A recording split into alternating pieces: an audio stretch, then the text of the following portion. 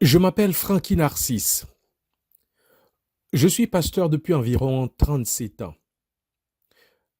Je n'ai aucun doute sur l'appel de Dieu sur ma vie depuis l'âge de 11 ans, suite à la prédication d'un pasteur et médecin haïtien du nom d'Orius Paultre. Il avait prêché sur Ésaïe 6, verset 8, ce verset qui dit « Qui enverrai-je? Qui marchera pour nous ?» J'avais alors répondu dans mon jeune cœur « Me voici, envoie-moi » à l'instar d'Ésaïe. Je suis depuis si convaincu dans mon cœur que c'est là ma vocation, que si je pouvais avoir 100 vies, je serais pasteur dans chacune d'elles.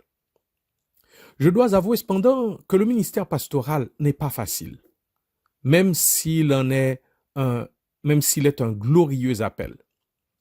Et face à ces exigences, à ces déceptions et frustrations, surtout spirituelles par moments, je dirais comme Paul, qui peut suffire à ces choses? Le ministère pastoral a ses difficultés, mais il a aussi ses joies, ces moments d'exaltation qui ne sont nullement liés aux choses matérielles et terrestres, argent, notoriété, marque de distinction, statut social, etc. Même si tous ceux qui se nomment pasteurs ne contribuent pas toujours par leur vie et leur témoignage à la gloire de ce divin appel, cela n'invalide nullement que c'est un glorieux appel qui ne doit jamais être pris à la légère ni vécu de manière désinvolte. Je n'aimerais aucunement voir ni moi-même, ni les pasteurs amis, ni votre pasteur actuel écrire cette émouvante et bouleversante lettre d'un pasteur du nom de William à son ami Jim. Je vous en fais la lecture. Mon cher Jim, c'est terminé. Hier, j'ai donné ma démission, qui a pris effet sur le champ. Et ce matin, j'ai commencé à travailler pour la compagnie. Il a cité le nom de la compagnie. Je ne reviendrai pas au pastorat. Je pense voir dans ton cœur, pendant que tu lis ces mots, non pas une petite déception, mais du dégoût. Je ne t'en veux pas du tout, car je suis quelque peu dégoûté de moi-même. Te rappelles-tu l'époque du séminaire où nous parlions de l'avenir et que nous imaginions ce que nous devrions faire pour le royaume de Dieu?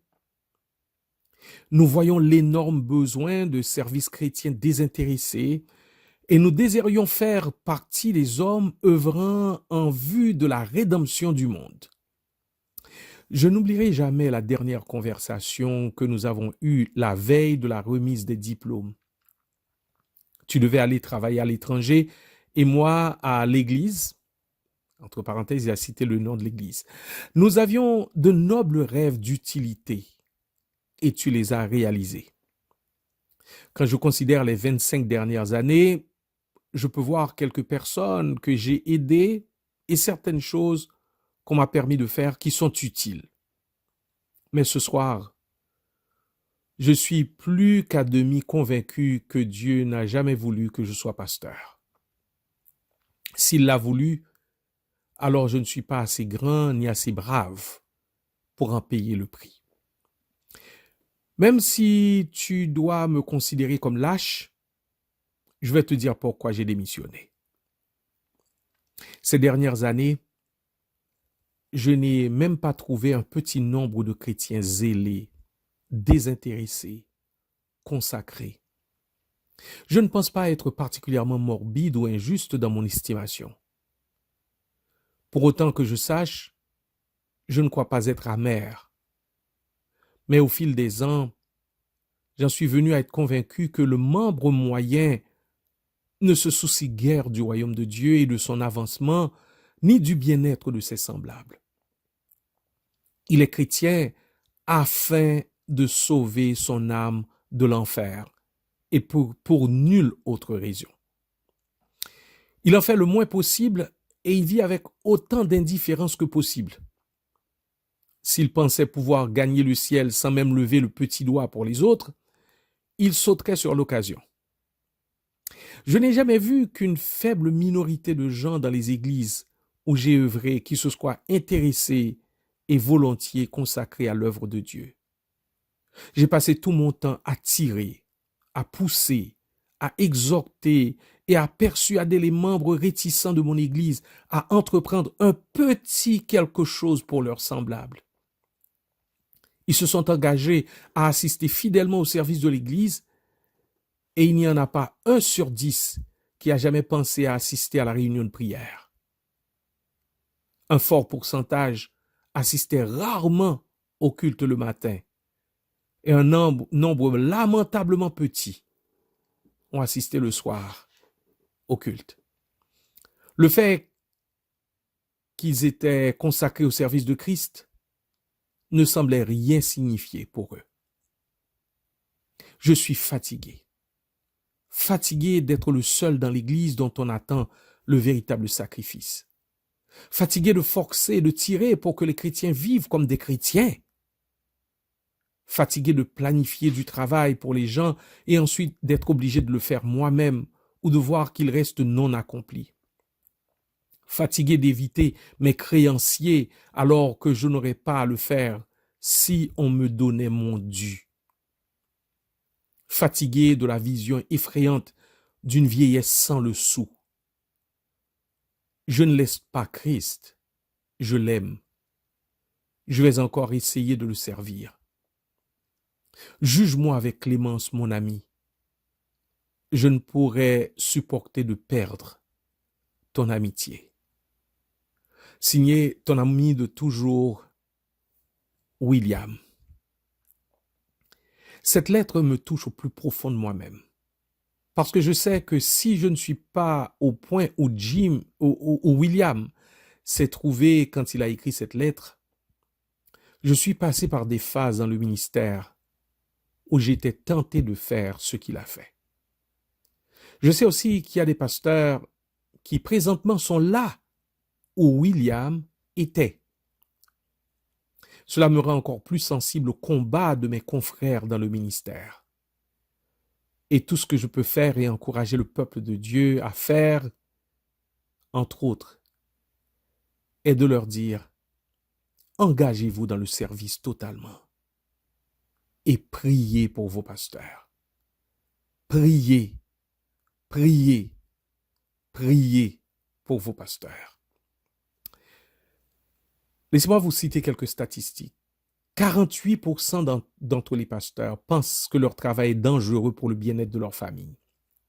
Un autre 45,5% souffrira d'épuisement, de dépression qui les obligera à quitter leur emploi. Et 70% disent que leur estime de soi est plus faible aujourd'hui que lorsqu'ils ont commencé leur position.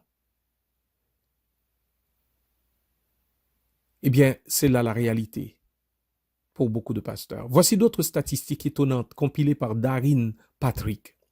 80% des pasteurs disent qu'ils n'ont pas assez de temps avec leur conjoint et que ce ministère a un effet négatif sur leur famille. 40% rapportent 1 fois par mois un conflit sérieux avec un paroissien. 33% disent que le ministère est un danger pour leur famille.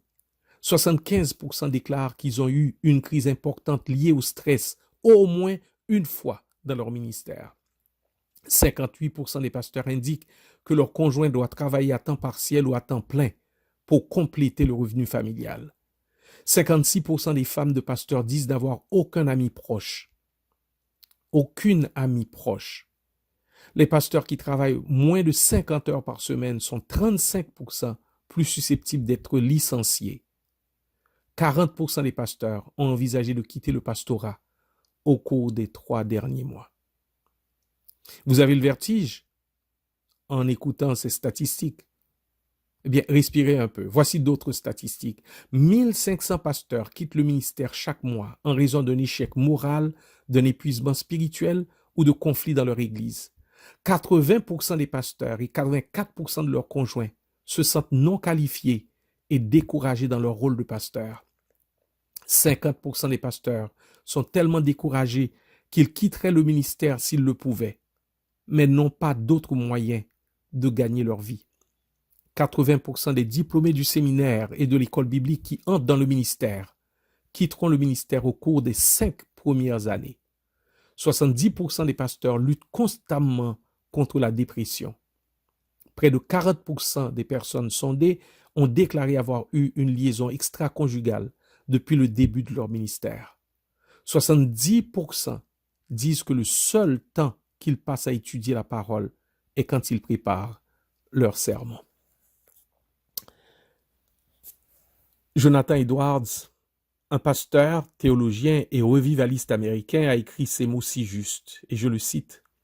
« Si certains des chrétiens qui se sont plaints de leur pasteur s'étaient appliqués de toute leur force à crier à Dieu pour eux, si c'était pour ainsi dire réveillés et pris d'assaut le ciel avec leurs humbles, ferventes et incessantes prières pour eux, leur pasteur aurait été beaucoup plus sur la voie du succès. » Fin de citation. J'espère que vous allez prier pour ce pasteur qui a été là pour vous, pour votre mariage, votre formation comme disciple. Il a été là pour votre baptême, pour la présentation de vos enfants. Il a été là pour pleurer avec la famille, le départ de vos êtres chers. Il a été là lorsque des circonstances comme la maladie, des accidents, des hospitalisations, des incendies ou autres ont affecté votre famille. Il a été le premier à être appelé lors des tragédies, le dernier à quitter quand tout le monde était parti. Je vous encourage à faire pour votre ou vos pasteurs, entre autres 2 choses, au moins pour maintenant. Priez pour eux. Priez pour eux. L'apôtre Paul a plusieurs fois demandé à ses frères et sœurs de le faire pour lui. Vos pasteurs, particulièrement en ces temps difficiles, ont besoin de vos prières. Deuxièmement, témoignez-leur de votre affection. Envoyez-leur, pourquoi ne pas leur envoyer aujourd'hui un courriel d'encouragement, un message texte, une vidéo d'encouragement pour leur exprimer votre gratitude et votre soutien. Quelqu'un peut-être dira, « Pasteur Narcisse, je juge que je n'ai pas assez reçu d'attention, de support, d'aide de mon pasteur. Dois-je le faire quand même? » Oui, tu dois le faire. Tu peux être la personne que Dieu utilisera pour l'encourager, mais aussi pour le transformer. Lors d'une de ses visites sur le continent américain, Charles Spurgeon a rencontré un pasteur qui lui a dit « J'ai longtemps souhaité vous voir, Monsieur Spurgeon, et vous poser 1 ou 2 questions simples. Dans notre pays, il y a beaucoup d'opinions sur le secret de votre grande influence. Seriez-vous assez gentil pour me donner votre point de vue? » Après une pause, Spurgeon répondit, « Mon peuple prie pour moi. Mon peuple prie pour moi. » Oh, que nous serions contents que nous les pasteurs, oui, que nous serions contents de pouvoir avec autant d'assurance dire comme Spurgeon, nos frères et sœurs prient pour nous. Nos frères et sœurs prient pour nous. Pourquoi alors ne pas être une de ces personnes qui va aujourd'hui intercéder en faveur de votre pasteur? Et je dirais même, pourquoi pas maintenant? Pourquoi ne pas vous arrêter maintenant pour prendre le temps de prier pour votre pasteur, pour demander les grâces du ciel sur sa vie, sur sa femme, sur ses enfants, sur son ministère? Faites-le pour la gloire de Jésus. Bonne journée.